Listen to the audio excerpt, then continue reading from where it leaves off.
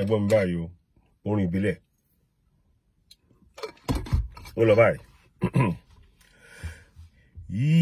Iṣẹ́ wa funle wa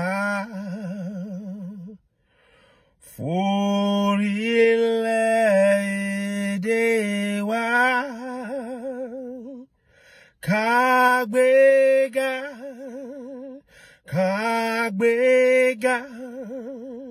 kagbega fayeri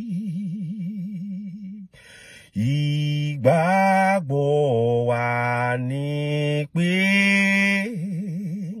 bati Beru labomo Kasise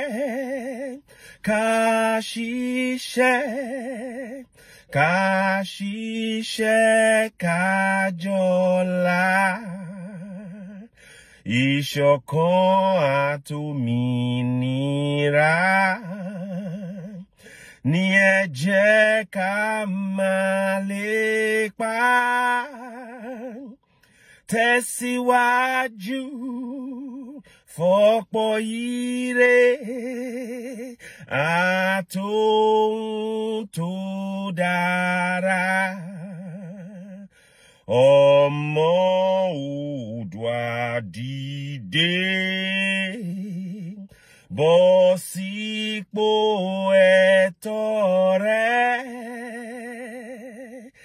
ìwọ ni ìmọ́lẹ̀ ògo